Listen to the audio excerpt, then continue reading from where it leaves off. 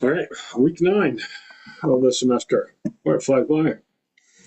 We're in the second half of the semester, and hopefully you're enjoying the content.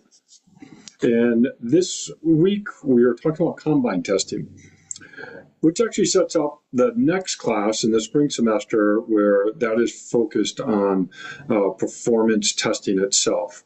And so the test that I go through in the combine test presentation for the next semester, we'll go through how to do those tests, how to use the different instruments, how to process the data, all of that. That's the focus of next semester. But this week, it's more to get a sense of combine testing overall and how that's used for different sports. All right, so let's look at what we've got scheduled.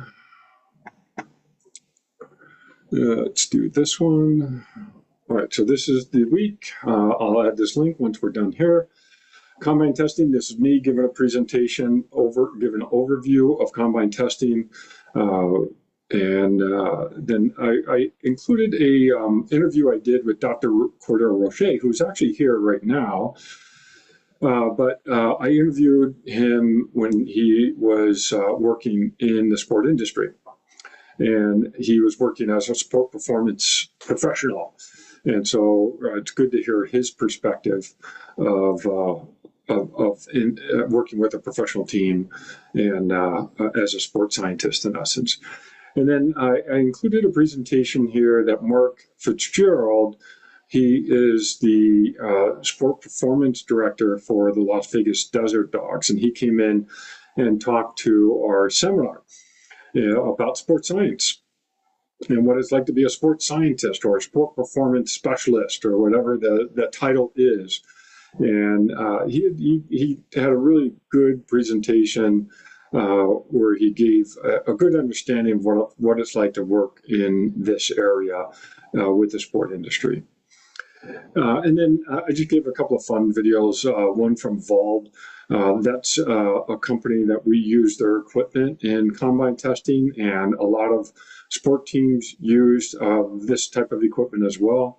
So it's good to be familiar with the company, and just sort of an overview of some of what they do with their company and as related to combine testing. And then just a combine testing example from another university.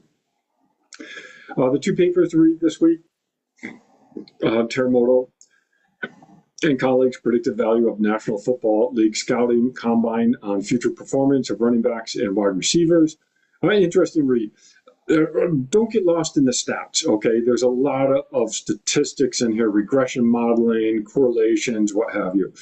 And that's all really important. And if you're in stats class, maybe you'll eat this up and love it, which is great. But try not to get too lost in that part, but focus in on the introduction, read some of the methods to see how they went about the type of data that they got to analyze, and then the discussion section. And it gives some good insight in terms of linking the combine tests with actual performance. Because in a perfect world, we're able to do that. We're able to say someone go through a combine test and we pick those athletes that we know, based upon their performances in those tests, will be a superstar. It's not that easy.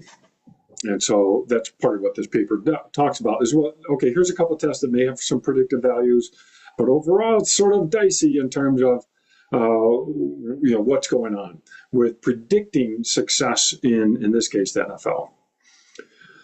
And then this paper by Wago and colleagues on the limits of high performance support. This is talking more about the sport performance team and what they can do and what metrics they use to help an athlete, a team, move forward in being successful.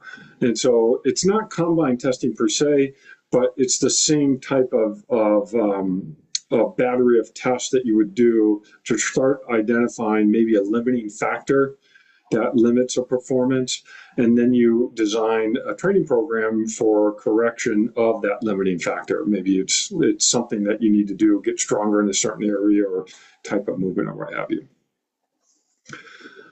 Okay, so that's the viewing for this week, and then for the semester project, we are getting close to putting the project together. And what you're going to do this week is you're going to put your question here. You're going to put your peer review paper number 1, APA citation format, peer review paper number 2. They have to be primary sources, no secondary sources. We want to get away from systematic reviews, lit reviews. Those are great to read, but you're going for primary source peer review paper. This has to be sports science, term or concept is fine, and then sports science term or concept number 2. All right. And then your draft answer. Put that in this document, upload it, and we'll continue to be on track with building your semester project. Okay, that's it for this video. Have a great week, and thank you.